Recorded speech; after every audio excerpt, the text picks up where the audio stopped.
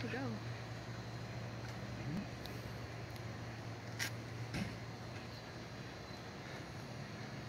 I have an odd question for you. About the fifth inning or so, it looked like you turned around towards the press box and went like this. What's that? What was that for? Is that anything related to this new? The connection to the Wi-Fi with the application of the strike zone had gone to another page and it lost signal. Okay. Thanks. And that was a signal that they told me to notify them if it went out. Okay. Thank you. Did you get it back online? They did, yeah. So when you're checking your pocket and you're looking, what is that device you're looking at? It's a cell phone that has the software for the strike zone, and after the sixth inning it kept going off, and I forget the gentleman's name, but he told me that I had to turn it back on. So it would signal that it was going off, and then I just went back to the phone and turned it back on. So walk us through your process in this game and you know how things have changed for you now, wearing this earpiece and going through this whole thing.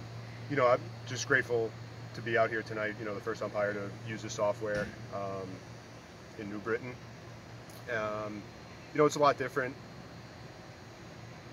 I went through a professional training that that geared me up to get to this level, to call balls and strikes, and I didn't have any expectations because I didn't know what to expect, but it was a great opportunity to be out there and use this new software that they're trying to implement.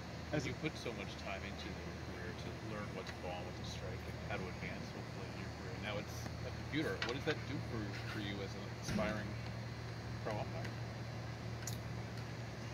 It takes away something that you were trying to be good at.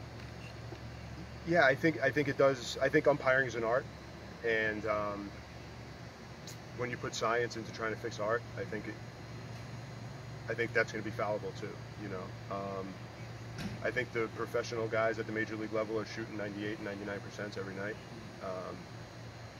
I don't know if a machine could beat that. As an umpire, I mean, what's your first, when they tell you this months ago that you're going to be kind of guinea pigs and testing this out? What's your response? I guess again, going back to what you're saying. It's a great opportunity. You know, I'm open-minded to, you know, all facets of this game and trying to make the game better.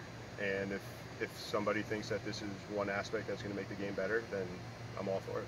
Was this your first time with it? It was, yes. Okay. I was going to ask if you've had any would-be arguments that now some don't become arguments, but this is just one. So, do you anticipate that, like, not fewer arguments from managers now? Or? In regards to balls and strikes, yeah. I do think there will be fewer arguments. What's the hardest thing to get used to when you put that earpiece in? Did anything change? I would say the timing's about like a half a second slower than I would normally call balls and strikes. But after the first couple of innings, I was pretty used to it. How do you stop that reflex?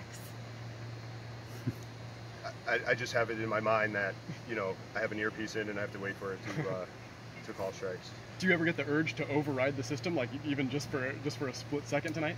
I mean, there was a couple of pitches. You know, specifically, I think the first pitch to Bijan in the bottom of the first was a pitch on the low outside corner that I think I would have called a strike had the machine not tell me it was a ball.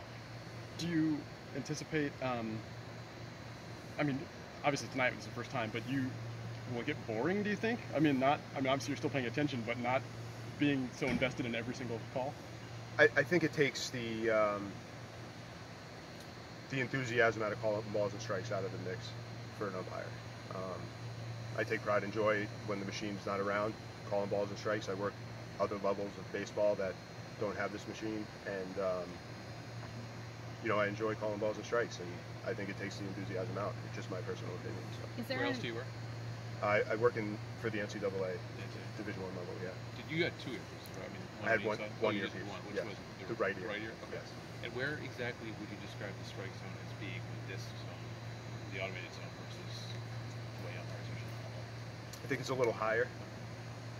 I think the bottom of the zone was equal to without the machine. In and out, like I said, I thought when lefties were up, I thought the outside corner was not given as much as the machine wasn't calling balls and strikes, but I thought it was fair, you know, throughout the night. Up being like top of the letters, and then I think it might, you know, it's the hollow point of